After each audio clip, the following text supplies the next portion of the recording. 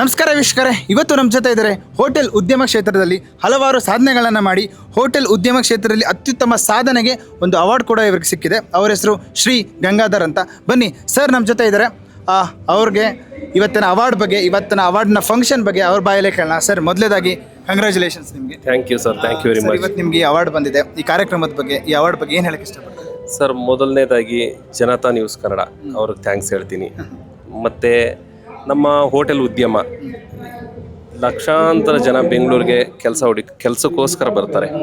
So ಅವ್ರಿಗೆ ಕೈ ಚಾಚಿ ಕರೆಯುವಂಥದ್ದು ಮೊದಲಿಗೆ ಹೋಟೆಲ್ ಉದ್ಯಮ.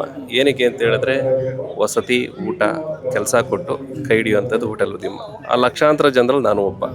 ಸೊ ಆ ಜರ್ನಿ ಇಲ್ಲಿವರೆಗೂ ಕರ್ಕೊಂಬಂದಿದೆ. ತುಂಬ ಖುಷಿ ಇದೆ. ಸರಿ, ಮೇನಾಗಿ ಏನು ಅಂದರೆ ಮನುಷ್ಯಂಗೆ ಏನಿಲ್ಲ ಅಂದರೂ ಇರ್ಬೋದು, ಬಟ್ ಹೊಟ್ಟೆಗೆ ಊಟ ಇಲ್ಲದೆ ಇರೋಕ್ಕಾಗಲ್ಲ.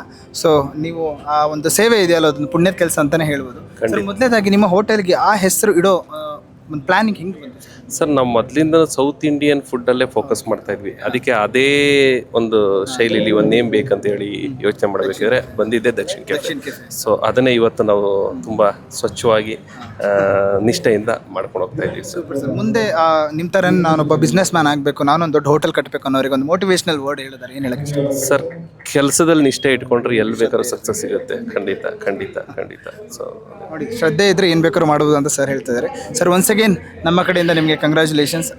ನಿಮಗೆ ಮತ್ತು ನಿಮ್ಮ ಉದ್ಯಮ ಇನ್ನೂ ಮೇಲ್ಮಟ್ಟಕ್ಕೆ ಬೆಳೀಲಿ ಅಂತ ನಾನು ಆಶಿಸ್ತೀನಿ. ನಮ್ಮ ಕಡೆಯಿಂದ, ನಮ್ಮ ವಾಹಿನಿ ಕಡೆಯಿಂದ ಒನ್ಸ್ ಅಗೇನ್ ನಮಗೆ ಈಗ ಏನು ಅವಾರ್ಡ್ ಕೊಡ್ತಾ ಇದ್ದೀರಾ, ದಕ್ಷಿಣ ಕೆಫೆದು ಒಂದು ಸ್ಪೆಷಲ್ ಇದೆ. ಏನಂದ್ರೆ 10 ವರ್ಷ ತುಂಬಿದೆ ನಮ್ಮ ಹೋಟೆಲ್.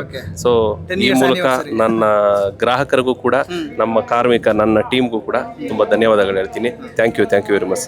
Again congratulations. ನಿಮಗೆ ನಿಮ್ಮ ಬಿಸ್ನೆಸ್ಗೆ ಒಳ್ಳೆಯದು. Thank you so much. Janata news Kannada, ಇದು ಕನ್ನಡಿಗರ ಶಕ್ತಿ.